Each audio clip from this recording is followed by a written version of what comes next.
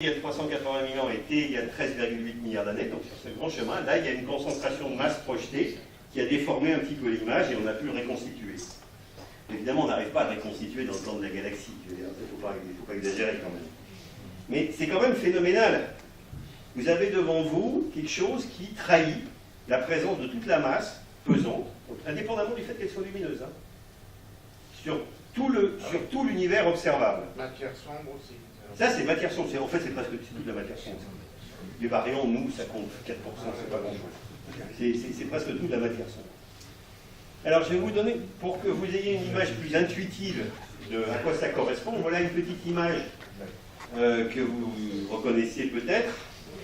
Voilà sa même image à la résolution angulaire de l'image que je viens de vous montrer.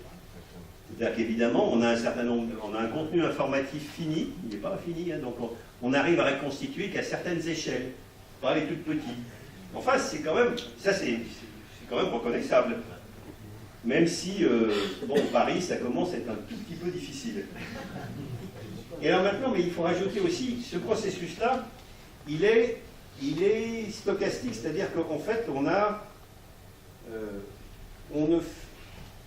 il y a un certain bruit de cette mesure, on va dire. C'est un bruit fondamental qui fait qu'on n'a pas accès à toute l'information. Je ne vais peut-être pas itérer plus que ça, mais donc voilà en fait le niveau de signal quand on rajoute le bruit attendu. Alors là, ce que vous voyez, c'est que vous arrivez encore à voir l'Amérique du Sud. L'Amérique du Nord, alors au Canada, j'en parle pas. Hein. Nous, là, je ne sais même plus où on est, là, par là.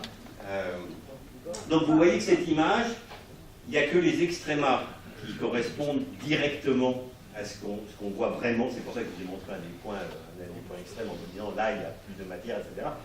Parce que dans les autres cas, en fait, on ne voit pas directement. L'information est là, mais elle est dominée par le bruit de reconstitution de cette image-là. Néanmoins, on peut, je vais sauter ça parce que c'est trop compliqué à expliquer, mais on peut regarder si, en fait, on attend bien en moyenne des concentrations de masse quand on voit, par exemple, qu'il y a plus de galaxies ou plus de traceurs des grandes échelles. La réponse est oui. C'est-à-dire que vous ne pouvez pas regarder en un point et être sûr que là, il y a une bosse, mais quand vous regardez tous les endroits où il y a une bosse, vous faites la valeur moyenne, vous êtes sûr que là, en moyenne, il y a une bosse. Maintenant, si c'est trop compliqué, c'est pas grave. Le point est quand même qu'on a pu pour la première fois fabriquer une image de l'intégralité de la distribution de matière, quelle qu'elle soit, sur tout l'univers observable, que ça sera difficile de faire beaucoup mieux que Planck à ces échelles-là, parce que Planck sort toute l'information, mais que c'est quand même une nouvelle ère pour une certaine astronomie, parce que, en revanche, si on a plus de résolution angulaire, vous avez beaucoup de modes, et si vous faites donc des mesures à beaucoup plus haute résolution angulaire que Planck, par exemple, avec des télescopes de 8 mètres au sol, etc., vous allez pouvoir compléter cette image, et donc avoir une image beaucoup plus, en combinant, hein, donc c'est pas à la place de, c'est en combinant avec les données Planck, on va améliorer cette image, et on va pouvoir, alors là on va encore franchir une étape, si on combine ça avec des reconstitutions de la distribution de matière qu'on peut obtenir par d'autres effets de lentillage de galaxies d'arrière-plan, alors on va pouvoir penser, grâce au satellite notamment Euclide qui a été décidé dans c'est l'objectif et qui est aussi avec pilotage à l'IAP mondial, par Yannick Mélier, on peut imaginer qu'on va être capable de faire à terme de la tomographie, c'est-à-dire qu'on va être capable de reconstituer, y compris à 3 dimensions, une idée de la distribution de matière sombre dans l'univers, alors qu'elle ne la voit pas, qu'elle n'interagit pas avec la lumière directement, mais uniquement indirectement par la courbure de l'espace qu'elle impose, et donc en regardant des objets déformés, on pourra déduire la présence et la distribution de toute la matière sombre. Alors là, bon, je vous emmène un petit peu sur le futur, on est un peu au-delà de Planck, mais là, je pense qu'on va pouvoir... Oh oui, ben ça, je vais le laisser. Non, ça, je ne le fais pas. Je vais juste un petit point là. Ça paraît trop beau pour être vrai. En fait, quand on regarde dans le détail, il y a des petites anomalies. Je ne vais pas je ne vais pas vous en dire plus, mais ça fait partie des choses qui nous amusent, qui nous excitent, qui ne sont pas... Il y a à certains endroits, très exactement, là, ces deux points-là, sont légèrement trop bas par rapport au modèle. Bon, je ne vais pas vous en dire plus que ça, légèrement trop bas. Ça a une chance sur 100 à peu près de se produire, statistiquement. Donc c'est pas suffisant. Mais c'est peut-être l'indication qu'on commence peut-être à voir la queue d'une bête bizarre qu'on n'avait pas encore vue. Mais peut-être pas. Donc ça fait partie des choses où il y a pas mal de gens qui écrivent, y compris des modèles théoriques, qui permettent éventuellement de rendre compte dans ce type de modèle-là, prédire, et de prédire d'autres observables, d'autres conséquences ailleurs, avec d'autres qu'on va pouvoir éventuellement aller chercher, par exemple avec Planck ou avec d'autres expériences. Donc ça, je vais le sauter. Donc en conclusion, la première conclusion peut-être, c'est que c'est quand même un grand succès pour les hommes en général et pour l'Europe en particulier. On a fabriqué une très très belle machine qu'on a rêvée dans les années 92-93 et finalement elle a fait ce qui était attendu, cette machine, elle a collecté les données telles qu'on l'espérait, elle a même dépassé nos espérances dans un certain nombre de domaines. Ça, c'est le premier point.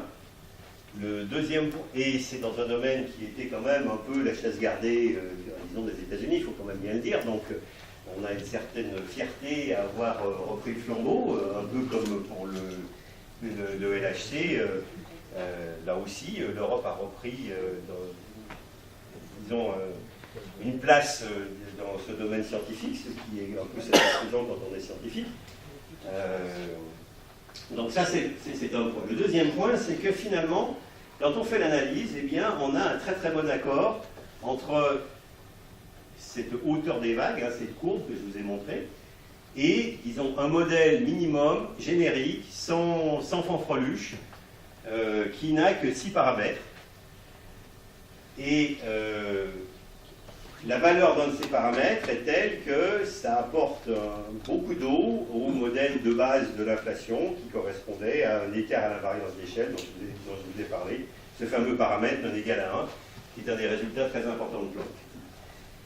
Par ailleurs, on n'a pas observé d'onde gravitationnelle primordiale, ni d'effet dit de non-gaussianité, et ça apporte beaucoup de contraintes aux gens qui fabriquent les modèles pour aller au-delà de la physique du modèle standard. Et pour conclure, bien évidemment, je ne vous ai pas parlé de tout le reste de la science qu'on peut faire avec Planck, qui est très au-delà de... Je vous ai montré qu'il y avait 9 cartes du ciel. Ces 9 cartes du ciel, je vous ai dit comment on en extrayait une des composantes, le corps cosmologique. Mais on apprend des choses sur la distribution du CO dans notre galaxie, par l'effet Elsoniel-Zeldovich sur les amas. On apprend des choses sur le fond infrarouge. Il y a une mine là, dont je n'ai pas eu le temps de parler, c'était un choix. Mais bien évidemment, ça fait partie de la science de Planck. Et puis, eh bien, l'année prochaine, on travaille d'arrache-pied pour, à l'été prochain, avoir analysé la deuxième moitié des échantillons qu'on a collectés, pour un total de 900 milliards. Et on espère réussir à analyser les données dites de polarisation, c'est-à-dire une information complémentaire, étant donné que les données de polarisation telles qu'on les a sont affectées d'effets systématiques qu'on n'a pas encore complètement maîtrisés. C'est pour ça qu'on ne les a pas livrés ce coup-ci. Et notre objectif, c'est d'avoir fait une analyse de ces données polarisées pour l'année prochaine. Voilà, je vais m'arrêter là-dessus.